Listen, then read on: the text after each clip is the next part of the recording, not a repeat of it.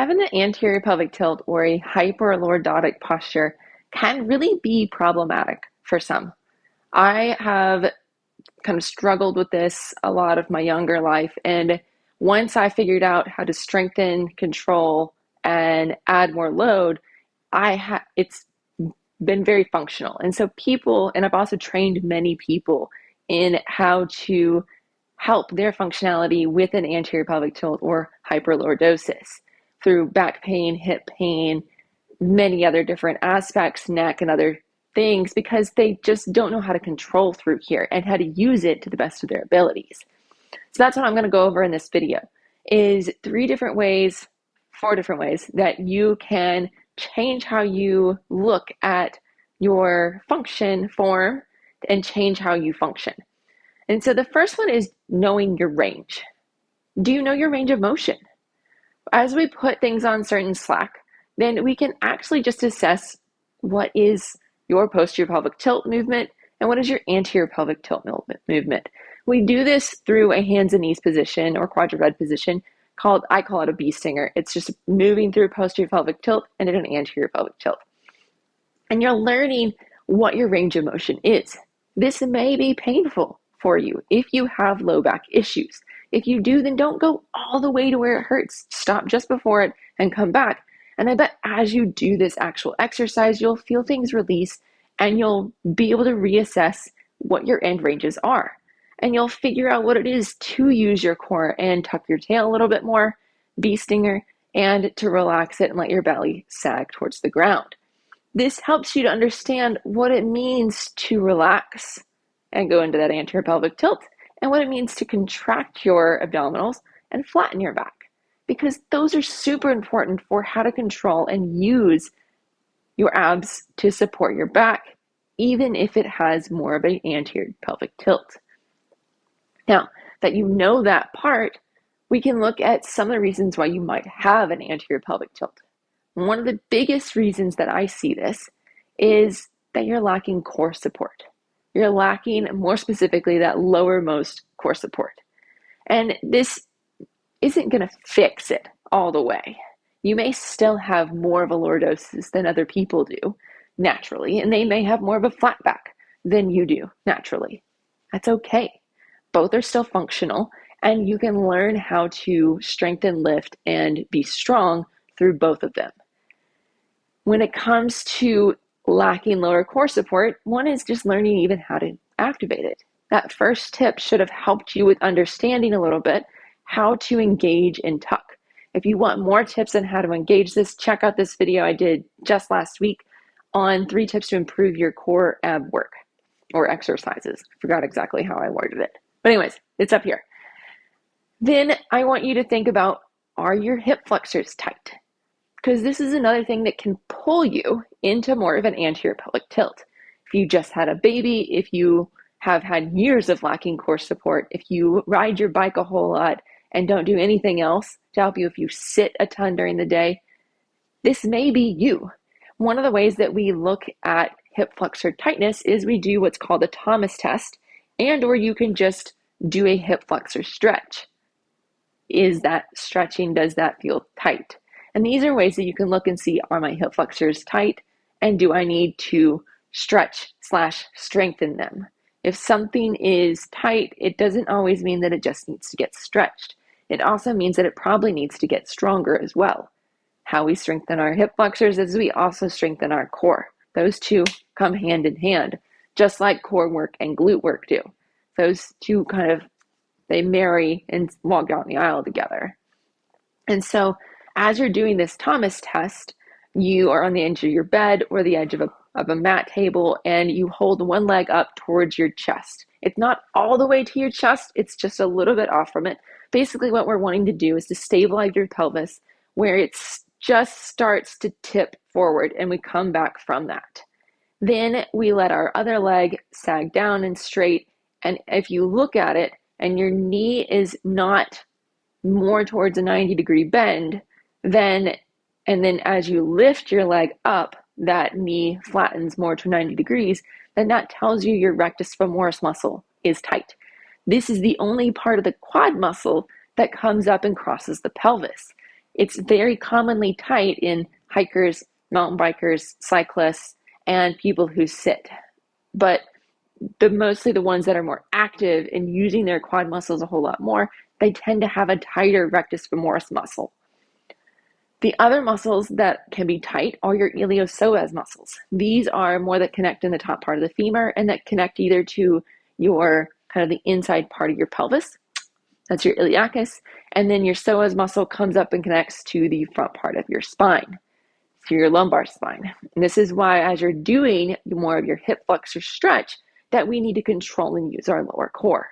Now you're seeing how these two are so interconnected, both in the Thomas test where we had to control your pelvis, which is what your core does, and also in the hip flexor stretch, which is where we have to keep your lumbar spine and your pelvis still. Hence, your abdominal muscles, those lower ones, help to keep those still. And so how they're so interrelated and back and forth together with each other. And so as you're doing this stretch, you'll do that kind of bee stinger tail tuck that you just did in the first exercise. And you will hold that as you shift your hips forward. And you'll know that it's tight, potentially even with just that tail tuck, that posterior pelvic tilt. And you'll hold it for like 15 seconds. Another thing that you can do on this, because you know that it's tight now, or you feel that it's tight now, if that is you, is that you now can strengthen that doing like mountain climbers exercises on an incline, or many other different exercises, even leg reaches. All of those help you control your lower core to help you to engage your hip flexors the way that they're meant to be engaged and not overused, and so they can actually lengthen and stay there. Now, another thing to help with understanding your anterior pelvic tilt or your lordosis is how to use it in a deadlift or a hip hinge. Because this is one of those exercises that if you have too much tilt, then you will overuse your back muscles and you'll underuse your core, which, going from what you've already known in this video, will perpetuate and make your issues worse. It'll make your back hurt more. It'll make your hip flexors more tight. And it will not help you with strengthening that cylinder that we call your core, to use your glutes, to use your hamstrings, and to be stronger in those patterns so you can lift more and just feel better as a whole. And so what you do in this is that same bee stinger that you learned about initially, is that you do just a touch of that. And so you may still be in a little bit more lordosis than most, but you have support in that. You go to the range that you know to help with it. And usually even as you hold that, you do an isometric hold, just if you holding that hip hinge, maybe add a little bit of weight if you need a little bit more cues into your body, and feel what it feels like to have that pressure taken off of your back. You tuck that tail until you feel that, I feel strong, stable, and my back is supported here. Now, if you've stood in the unsupported low back firing position for like 30 seconds or longer, then you probably won't find it in that. Get up, stand up, wiggle, move around, and then go back into the hip hinge and try to find it more quickly this time. Do that tail tuck and understand what it is. And you can also place your hands on your knees or your thighs if you need a little bit of more support. And then once you find it, then you can take your hands off and feel what that feels like. Both of these are great ways to understand how to actually use your hip hinge and how to use your core, your abdominal muscles, to support that movement using your cylinder as a whole instead of just your back through this exercise. It's such an important way. Then as you think about actually performing the lift, think about your hips driving up and forward versus your back. Because if you think about your back actually straightening up and your chest coming up, pulling the bar away from the ground, then you will most likely arch your back more to make that happen, losing your core activation. But if you think about, as they say, pushing the ground away as you're doing your deadlift, then you will be more likely to think about your hips coming up and forward, keeping your trunk alignment the same. This is why people say push the ground away versus pull the bar up or pull the weight up, in my case. That'll help you substantially when it comes to your deadlifts and doing your strengthening. In coordinates with all of this becomes strengthening your glutes, because as we think about if your core is weak, then typically your glutes are weak, because those two marry and go hand in hand down the aisle as well. Same thing as if your core is weak, then your hip flexors are typically tight, and that perpetuate your lordosis even more. Another thing when it comes to strengthening your glutes in this is that we tend to use our back muscles in replacement of our glutes, making our lordosis even more, putting more stress on our back in this. And so we need to strengthen our glutes with the activation of our core. One of the easiest ways to get our brain wrapped around this concept is just a donkey kick. Hands and knees, kick your leg out, up and back, and think about your thigh moving versus just your foot moving. If you think more about your thigh, you think also about controlling your core, doing a little bit of a tail tuck, and then you'll usually get that glute to really fire for you. Another way that I love to do this is just a slight bent forward hip hinge, and you're reaching that leg out and back.